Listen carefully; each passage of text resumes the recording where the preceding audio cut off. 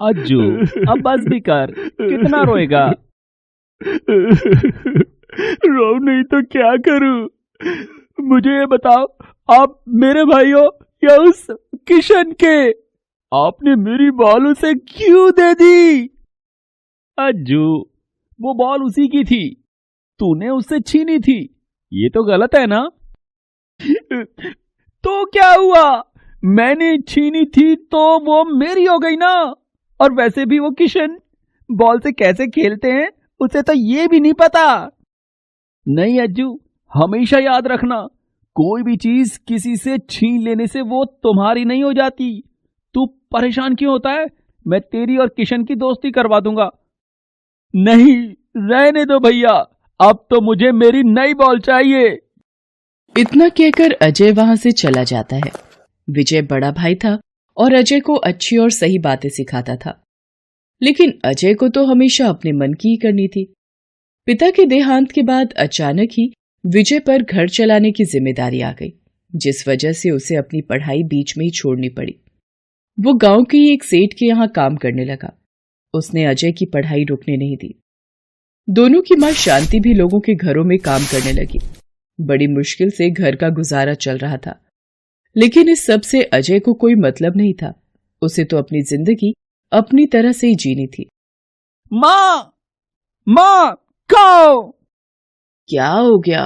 क्यों आसमान सिर पर उठा रखा है तूने? माँ, मुझे आज के आज नई बॉल चाहिए। अरे, लेकिन पिछले हफ्ते ही तो तुझे नई बॉल दिलवाई थी विजय ने, वो कहाँ गई? अब वो खो गई, अब मुझे नई बॉल चाहिए, और वो भी अच्छी वाली। तभी विजय भी घर आ जाता है। उसके हाथ में एक नई बॉल थी, वो उसे अजय को देता है। अजय उस बॉल को लेकर विजय से बिना कुछ कहे वहां से चला जाता है। उसके जाने के बाद शांति विजय से कहती है, विजय बेटा, इसका दिमाग इतना खराब मत कर, तू सारा दिन मेहनत करता है और ये। कोई बात नहीं माँ, अभी छोटा है, समझ जाएगा। ऐसे ही वक्त गुजरता गया। विजय ने कड़ी मेहनत से अब खुद का एक ढाबा खोल लिया था। घर खर्च के साथ साथ वो अजय की पढ़ाई का भी सारा खर्च उठा रहा था। फिर एक दिन, भैया, वो मुझे आपसे कुछ बात करनी थी। हाँ अज्जू, बोलो ना। भैया, मुझे एमबीए करना है। शहर में एक बहुत ही अच्छा कॉलेज है, मेरे दोस्त के पापा की वहां अच्छी जान पहचान है। मेरा एडमिशन आराम से हो जाएगा, बस थोड़ा फंड जमा करना होगा। अच्छा, कितने पैसे लगेंगे? ये कोई 4-5 लाख। क्या, इतने पैसे? लेकिन अज्जू। भैया, मुझे पता है आपके पास पैसे हैं, बस आप मुझ पर खर्च करना नहीं चाहते। अजय, ये क्या तरीका है अपने बड़े भाई से बात करने का? तुझे ये तो पता है कि उसके पास पैसे हैं, लेकिन वो पैसे कमाने में इसने कितनी मेहनत की है इसका तुझे एहसास भी है? इसका सपना है कि अपने ढाबे को एक अच्छे होटल में बदले, इसलिए कितने सालों से पाई पाई जोड़ी है इसने। तुझे जो करना है अपने दम पर कर। नहीं माँ, ऐसा मत कहो, ये मुझसे नहीं कहेगा तो किससे कहेगा?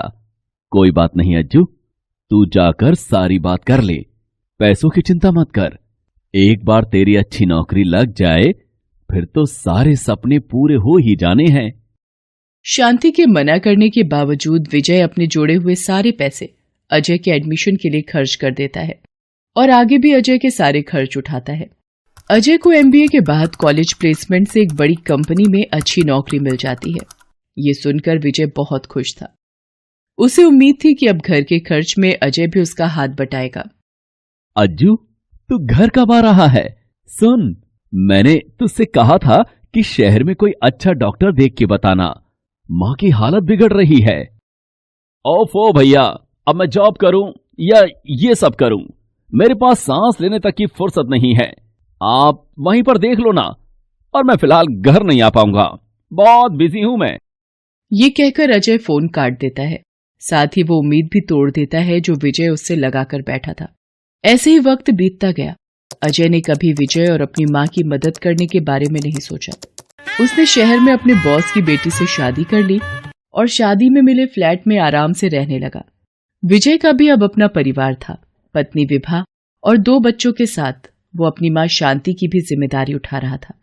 फिर एक दिन, विजय बेटा, अब लगता है ज्यादा दिन नहीं है मेरे पास। अज्जू को बुला ला बेटा। जाते जाते एक बार उसका चेहरा देखना चाहती। विजय अजय को फोन लगाता है, लेकिन अजय एक बार भी उसका फोन नहीं उठाता। हार मानकर विजय खुद उसे लेने उसके घर पहुंच जाता है। अरे भैया, आपको यहां आने की क्या जरूरत पड़ गई? जरूरत थी तभी तो आया हूं। माँ की हालत ठीक नहीं है, वो तुझसे मिलना चाहती है। तू और निधि जल्दी चलो मेरे साथ। इतने में अजय की पत्नी निधि कमरे से बाहर आती है और कहती है, अजय मैं तो नहीं चल पाऊंगी, तुम्हें तो पता ही है ना, मुझसे बिना एसी के रहा नहीं जाता। और वैसे भी नेक्स्ट वीक कंपनी का इवेंट भी तो है। इतने इंपॉर्टेंट टाइम में तुम कैसे जा सकते हो? हाँ भैया, निधि बिल्कुल ठीक कह रही है, मैं नहीं आ पाऊंगा। अज्जू, तेरा दिमाग तो ठीक है? तू इतना बड़ा आदमी हो गया कि तेरे लिए ये सब मां से भी जरूरी हो गया है। बस भैया, मां का बहाना बनाकर आप मुझे मत सुनाओ। और ये अज्जू क्या है? मेरा नाम अजय है। मेरी यहां क्या रेपुटेशन है आपको क्या पता? यहां आपका वो सस्ता ढाबा नहीं है, मल्टीनेशनल कंपनी है जिसे मैं संभालता हूं। मैं अपने काम को सीरियसली लेता हूं, इसलिए आज मैं कहां हूं और आप कहां, खुद ही देख लीजिए। आपकी लाइफ स्टाइल और मेरी लाइफ स्टाइल में कितना अंतर है, ये तो आपको दिख ही रहा होगा। दिख रहा है, आज सब दिख रहा है मुझे। विजय अपनी आंखों के आंसू पोंछते हुए वहां से वापस अपने घर की तरफ लौट जाता है। उसकी बची खुची उम्मीद भी अब खत्म हो चुकी थी। शांति बीमारी से लड़ते हुए जल्दी ही दुनिया को अलविदा कह देती है। अब अजय और विजय के रास्ते बिल्कुल अलग थे। अमीरी के घमंड में अजय वो सब करता गया जो उसे नहीं करना चाहिए था। उसने अपने ही ससुर की कंपनी को धोखे से अपने नाम करने की कोशिश की। ये धोखा निधि को भी बर्दाश्त नहीं हुआ और वो अजय को छोड़कर चली गई। अजय के ससुर ने उस पर फ्रॉड का केस कर दिया। अजय को लग रहा था कि उसे कोई नहीं हरा सकता, लेकिन वो गलत था। कोर्ट में वो केस हार गया। अब ना तो उसके पास पैसे थे और ना ही रहने के लिए आलीशान घर। अजय जहां भी नौकरी की उम्मीद लेकर जाता, उसे एक ही जवाब मिलता था, देखिए, आपकी क्वालिफिकेशन तो ठीक है, लेकिन आपका नाम मार्केट में इतना खराब हो चुका है कि हम कोई रिस्क नहीं ले सकते। लेकिन सर, मैं काबिल हूं, मैंने इतनी बड़ी कंपनी को अपने दम पर चलाया है। आपकी कंपनी? किसी की कंपनी छीन लेने से वो आपकी नहीं हो जाती मिस्टर अजय। ये वही सीख थी जो विजय ने बचपन में अजय को दी थी, जो अजय को तब तो समझ नहीं आई, लेकिन अब आ गई थी। उसे एहसास हो गया था कि वो हमेशा से गलत था। इतने सालों में पहली बार उसे घर की याद आ रही थी, और अपने भाई विजय की भी। वो तुरंत अपना सामान लेकर अपने गांव पहुंचा, लेकिन उसका गांव अब पहले जैसा नहीं था।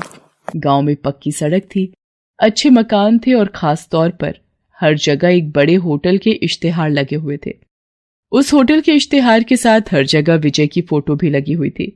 अजय ये सब देखकर चौंक गया।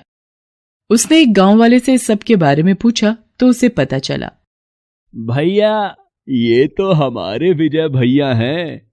हमारे गांव की तो काया ही पलट दी विजय भैया ने। कई साल पहले ढाबा चलाते थे, फिर अपनी मेहनत से उस ढाबे को इतना बढ़िया होटल बना दिया इन्होंने कि दूर दूर से लोग यहां आने लगे। लोग आए तो गांव के लोगों को भी दूसरे रोजगार मिला और सबके दिन संवर गए। ये सब जानकर अजय और भी शर्मिंदा हो गया।